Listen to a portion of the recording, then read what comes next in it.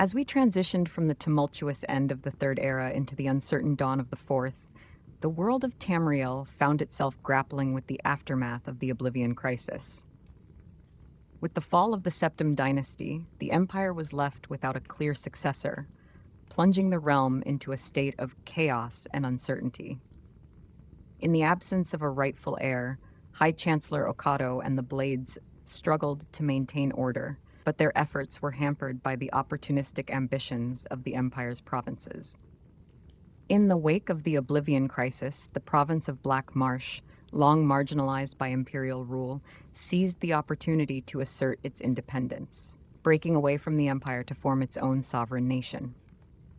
Meanwhile, the destruction wrought by the Daedric invasion left a scar on the Somerset Isle as the iconic Crystal Tower, a symbol of Altmerry culture and heritage, was reduced to rubble, a poignant reminder of the devastation wrought by the forces of Oblivion. Amidst the chaos and upheaval, the Thalmor, a rising power in the aftermath of the crisis, seized upon the opportunity to consolidate their influence, claiming credit for repelling the Daedric forces and purging any dissent within the imperial government. With the Elder Council paralyzed by indecision, High Chancellor Okado reluctantly assumed the mantle of leadership, serving as regent until a new emperor could be crowned in accordance with the dictates of the Elder Council Charter. Yet, even as the Empire struggled to regain its footing, dark omens loomed on the horizon. In the 5th year of the Fourth Era, the skies over Morrowind darkened as Red Mountain erupted in a cataclysmic display of elemental fury. Known as the Red Year, this devastating event heralded the disappearance of Vivek, the last surviving member of the Tribunal, whose absence would leave a void in the heart of Morrowind's spiritual and political landscape. The cause of the Red Year lay in the instability of the meteor Bar Dao, which Vivek had held in stasis above the city of Vivek in Vardenfell.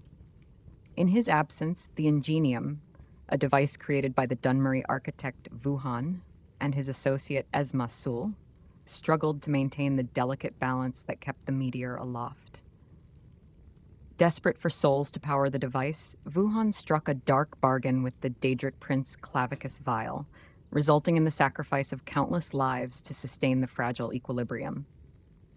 For 5 long years, the people of Morrowind endured the eerie calm before the storm, as the Ingenium strained under the weight of its grim purpose.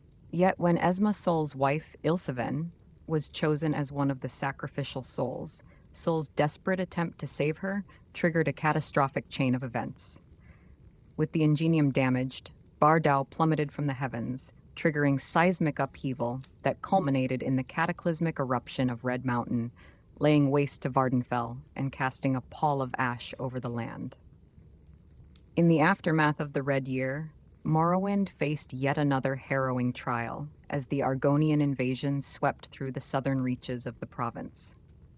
Already reeling from the devastation wrought by Red Mountain's eruption, the Dunmer were ill-prepared for the ferocity of the Argonian onslaught. House Drez and House Telvanni bore the brunt of the assault, their territories overrun and purged by the vengeful Argonians. While the exact catalyst for the invasion remains shrouded in speculation, many point to centuries of Dunmeri slavery as the root cause, with the Argonians seeking retribution for their long history of subjugation. The Argonian incursion, however, was not limited to House Drez and House Telvanni alone. With a fervor fueled by generations of oppression, the Argonians pressed forward, their sights set on avenging the countless atrocities inflicted upon their people. It was only through the timely intervention of House Redoran's armies that the genocide was halted, preventing further bloodshed and preserving what remained of Morrowind's shattered defenses. Amidst the chaos of the invasion, the Dunmer capital of Morrowind, Warnhold, fell to the Argonians, prompting the desperate relocation of the seat of power to Blacklight. In the wake of the devastation, scores of Dunmer refugees fled their homeland, seeking sanctuary in the neighboring provinces. Among these displaced souls were those who sought solace in the frigid embrace of Skyrim, where the Shrine of Azura stands as a testament to their resilience and perseverance in the face of adversity.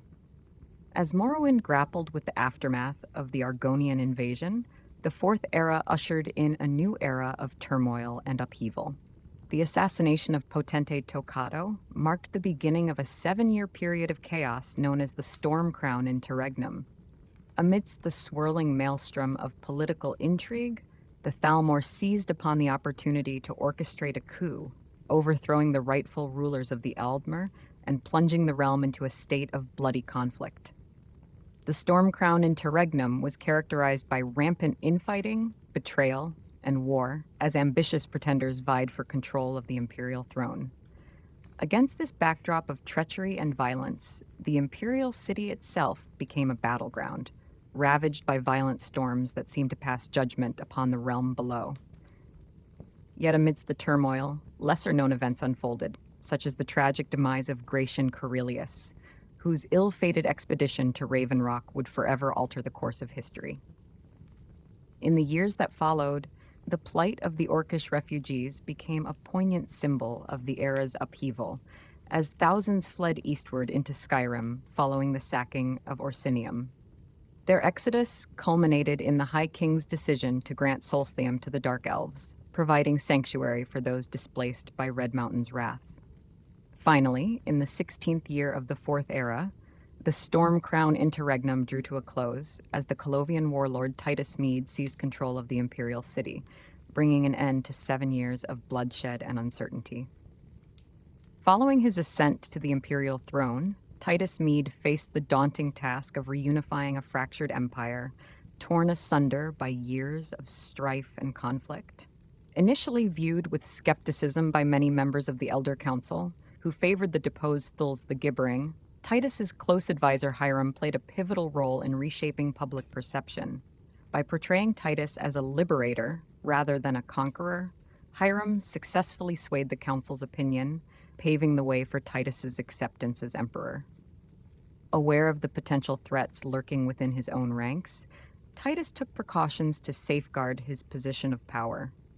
Placing a trusted informant named Latina Rez within the minister's office, Titus sought to gather intelligence and forestall any potential challenges to his rule.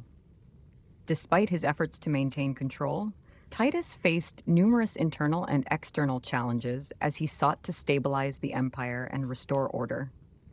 In the early years of his reign, Titus Mede's focus shifted from matters of state to the joys of fatherhood, as his wife gave birth to their son, Atribus Mede. Meanwhile, in Skyrim, a monument was erected to honor the struggles of Dunmer refugees, serving as a poignant reminder of the Empire's turbulent times and the resilience of its people. Amidst the Empire's internal struggles, the Thalmor seized control of the Somerset Isles, solidifying their influence and further destabilizing the region. Emboldened by their success, the Thalmor orchestrated a coup in Valenwood, overthrowing the established government and ushering in an era of uncertainty and unrest. As the Thalmor tightened their grip on power, the Empire's relations with its former allies soured, leading to a severance of ties that would last for decades. While scholars speculate about the internal strife within Alinor during this period, the Thalmor's consolidation of power and suppression of dissent ensured their dominance over the region. In the years that followed, notable events unfolded across Tamriel, from the construction of Candlehearth Hall in Windhelm to the appearance of the floating city of Umbriel off the coast of Black Marsh.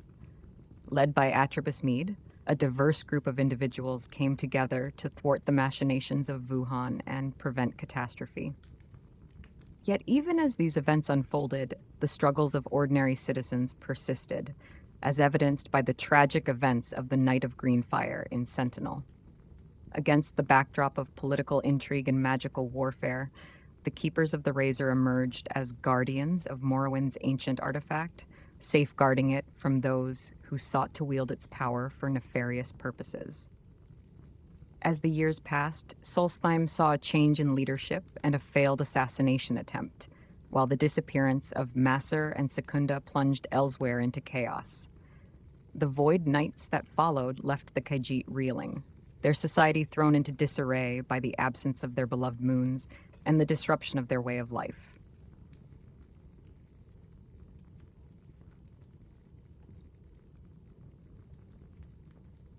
As the second century of the Fourth Era unfolded, Tamriel found itself embroiled in a series of significant events that shaped the course of history.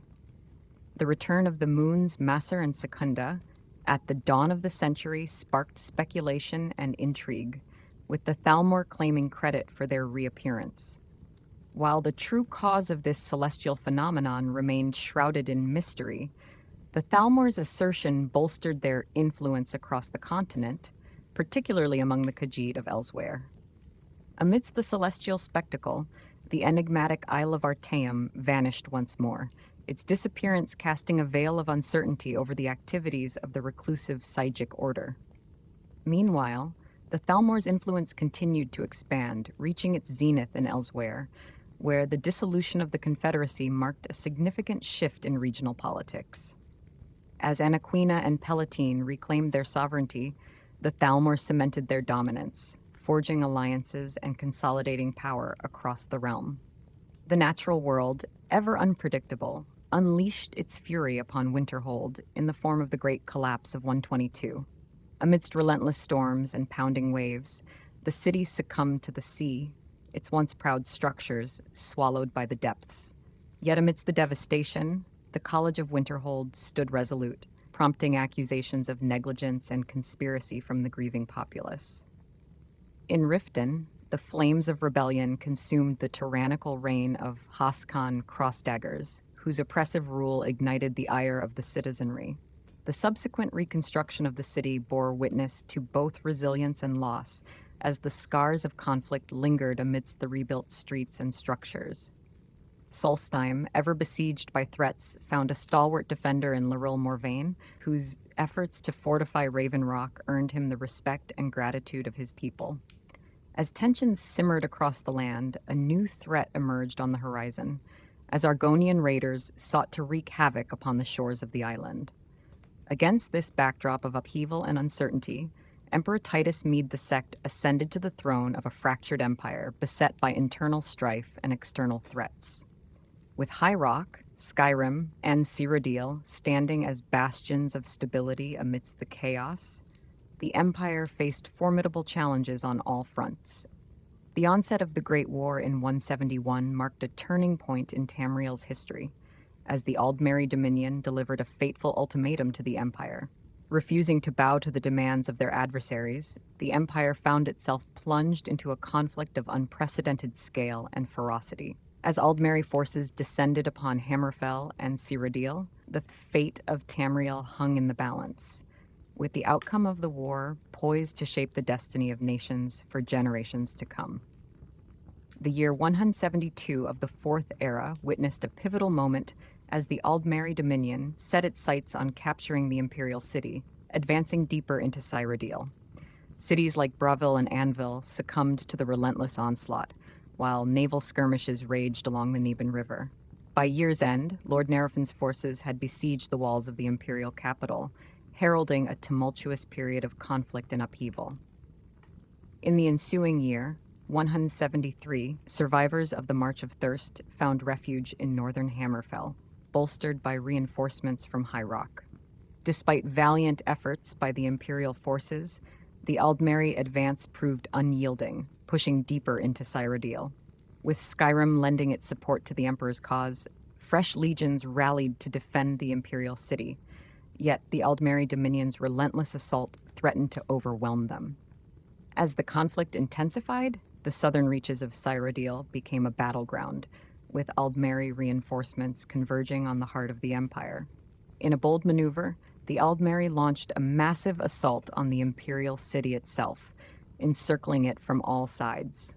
Emperor Titus II's decision to fight his way out of the besieged capital defied convention, but ultimately proved strategic, rallying his forces for a daring counteroffensive. The fall of the imperial city in 174 marked a dark chapter in Tamriel's history, as the White Gold Tower fell to the invaders, its hallowed halls desecrated by Aldmeri atrocities. Amidst the chaos, imperial forces regrouped, bolstered by reinforcements from Skyrim under General Jonah's command. Yet, the Empire's vulnerabilities were laid bare, as unrest simmered in the provinces, culminating in the Reachman's uprising in Markarth. As the Thalmor sought to negotiate the Empire's surrender, Emperor Titus II marshaled his forces for a decisive showdown. The Battle of the Red Ring in 175 emerged as a pivotal moment, as Imperial legions, led by the Forgotten Hero, launched a coordinated assault on the Aldmeri forces. General Decianus' surprise attack from the west and General Jonah's valiant efforts to link up with him played a crucial role in encircling the enemy within the city. Against all odds, the Imperial forces prevailed, with Lord Nerofen's capture signaling a turning point in the conflict. As the dust settled, rumors swirled of the Emperor wielding the legendary sword Goldbrand in battle, though official accounts remained shrouded in mystery. With the Aldmeri army decimated and their leader detained, the Empire emerged victorious, albeit scarred by the ravages of war. As the Dragonborn's journey unfolded, each step brought them closer to destiny's embrace. From the ancient halls of Whiterun to the towering peaks of High Hrothgar, they faced trials and tribulations that would test their mettle and shape their legacy. The slaying of dragons, once thought to be mere legend, became a reality as the Dragonborn's Thu'um echoed across the land, sending fear into the hearts of their foes. Amidst the tumult of battle, alliances were forged and enemies vanquished. The Greybeards, venerable masters of the Way of the Voice, imparted their wisdom upon the Dragonborn, guiding them on the path to mastery.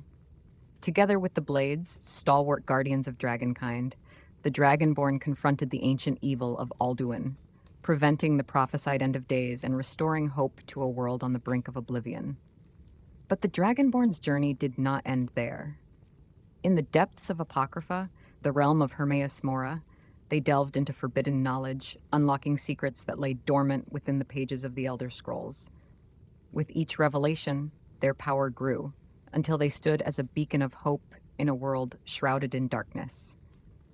Meanwhile, in the distant reaches of Solstheim, a new threat emerged as the Dragonborn's nemesis sought to bend the will of mortals to his own. Yet, in a battle for the ages, the Dragonborn emerged victorious, casting down the would-be usurper and claiming their rightful place as the champion of Hermaeus Mora. As the Dragonborn's legend grew, so too did the fortunes of Raven Rock, as the discovery of untapped ebony veins breathed new life into the colony. Yet, even amidst prosperity, danger lurked in the shadows, as the machinations of House Lalu threatened to plunge the region into chaos once more. Throughout their journey, the Dragonborn encountered allies and adversaries alike, each playing a role in the unfolding drama of their destiny. From the valiant companions of Whiterun to the cunning members of the Thieves' Guild, the Dragonborn's actions left an indelible mark upon the world around them. Yet, as victories were won and foes were vanquished, the specter of war loomed large over the land.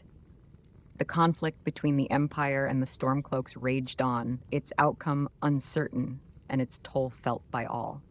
In the midst of uncertainty, the fate of Tamriel hung in the balance as the once mighty empire teetered on the brink of collapse. And so, as the sun set on the Fourth Era, the echoes of a bygone age reverberated through the annals of history. Though the era was marked by strife and upheaval, it also bore witness to acts of heroism and valor that would be remembered for generations to come.